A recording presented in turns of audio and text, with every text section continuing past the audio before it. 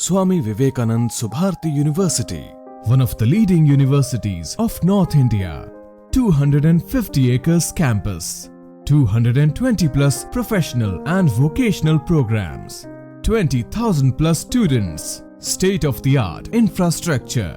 Come and give wings to your career with Swami Vivekanand Subharti University, where education is a passion.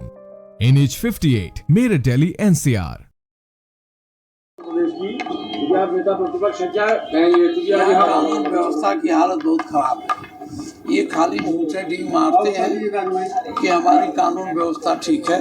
अगर कानून व्यवस्था ठीक होती तो इस तरह से खुलेआम डकैती दिन दहाड़े हुई और आज तक ये किसी अपराधी को पकड़ नहीं पाए। रोज़ दूसरे तीसरे आप देख रहे हैं, कहीं लड़की मिल रही हैं, कहीं बलात्कार की स्थिति आती है। और ये क्यों? प्रिवेंटिव जो कानून व्यवस्था को बचाने के लिए प्राथमिक व्यवस्था है वो इनका खराब है। आप बाद में किसी को पकड़ के गोली मार दीजिए, किसी का घर गिरा दीजिए, वो अलग है, लेकिन ये घटनाएं होती ही क्यों? अगर आपकी कानून व्यवस्था ठीक है तो घटनाएं नहीं घटित होती चाहिए। आज सुप्रीम कोर्ट ने निर्णय दिया है किसी बुलडोजर नीति पे ही योगी की, बुलडोजर नीति पे का रिव्यू होना चाहिए बिना किसी उसके, उस पे क्या कहेंगे? देखिए, बुलडोजर नीति की हमने पूरी आलोचना की थी, पहले भी कहा था, असेंबली में कहा था, रोज हम कहते हैं। ये बुलडोजर नीति एक तरह से तानाशाही प्रवृत्ति का द्योतक है। कानून व्यवस्था प्रजातंत्र, रूल ऑफ लॉ, कानून का राज प्रजातंत्र होता है। कोई प्रक्रिया बिना कानून के नहीं हो सकता। ये किसी का भी होता है, किसका घर है उसको ले जाके गिरा देते हैं। झगड़ा किसी से है, गलती किसी ने की है, उसके बाप का घर गिरा देंगे, भाई का घर गिरा देंगे। ये एक तरह से तानाशाही प्रवृत्ति की द्योतक है। 5 दिन आज हो चुके हैं डकैती कांड को, 5 दिन हो चुके हैं डकैती कांड को, और आज रायबरेली में भी एक घटना ऐसी आपको मैं बता रहा हूँ। मैंने असेंबली में भी कहा था कि ठीक है, आप डकैती हो जाती है तो आप किसी न किसी को पकड़ते हो, कोई घटना हो जाती किसी न किसी का घर गिराते हो, लेकिन ये घटनाएं होती ही क्यों? ये आपकी जिम्मेदारी नहीं है। क्यों घटनाएं होती है? आप अगर पहले से प्रिकॉशन लें, इतनी बड़ी फोर्स है, ये भी नहीं कहा सकते कि हमारे पास फोर्स नहीं है।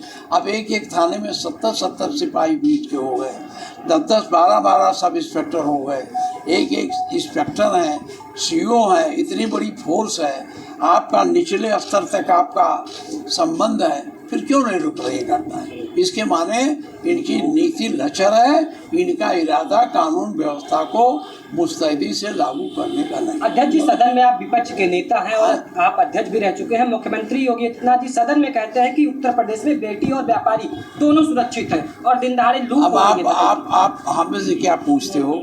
आप खुद देख लो क्या कहते हैं। दिन भर कोई अच्छी बात कहते हैं, व्यापारी सुरक्षित है, महिलाएं लड़कियां सुरक्षित हैं। आप देखते हो किसी न किसी कोने में रोज़ कहीं लड़की मिलती है, कोई आत्महत्या, छेड़खानी के कारण आत्महत्या करती है।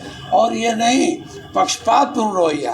अभी जो बीटेक की छात्रा थी जिसके साथ इनके पदाधिकारियों ने बनारस में जो भी कहो किया था, रेप किया था, जेल गए थे। जेल भी जल्दी नहीं गए, अगर दूसरा होता तो उसका घर गिर जाता।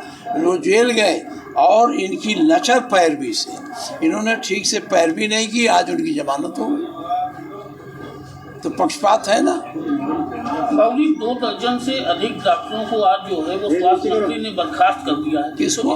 2 दर्जन से अधिक डॉक्टरों को स्वास्थ्य मंत्री ने बर्खास्त कर दिया। क्या बर्खास्ती से स्वास्थ्य विभाग सुधरेगा? देखिए, बर्खास्ती क्यों किया, क्या नहीं किया, मैं इस बारे में जानता नहीं हूँ। अभी लखनऊ पहुँचूँगा मैं बाहर हूँ 2 दिन से, और बर्खास्ती से नहीं होगा।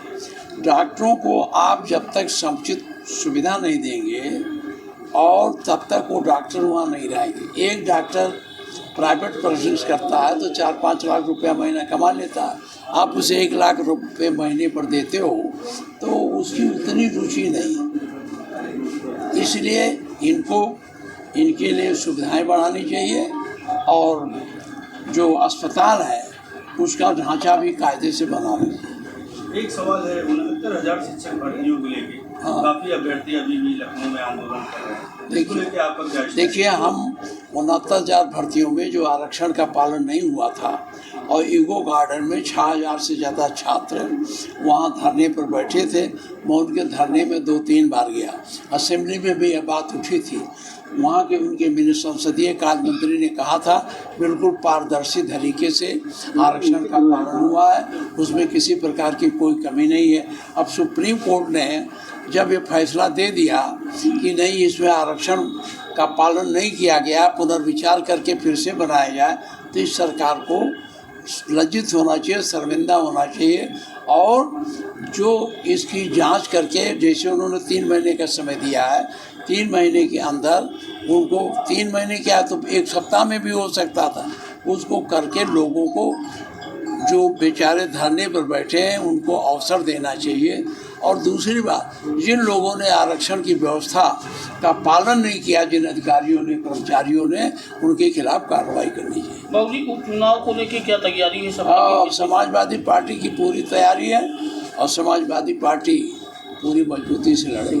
गठबंधन में लड़ेगी। यहाँ नहीं आए पीड़ित परिवार से मिलने, सत्ताप के जो सांसद हैं कभी आए नहीं मिलने पीड़ित परिवार से। अब ये देखिए, अब हम इस पर कुछ नहीं कह सकते क्योंकि हमारी न उनसे अभी बात हुई, ना कुछ हुआ। बाबू जी, उपचुनाव को लेके कांग्रेस से कोई बात आपकी हुई? कितनी सीटों पे कांग्रेस? ये हमारे राष्ट्रीय अध्यक्ष बात करते होंगे। धन्यवाद।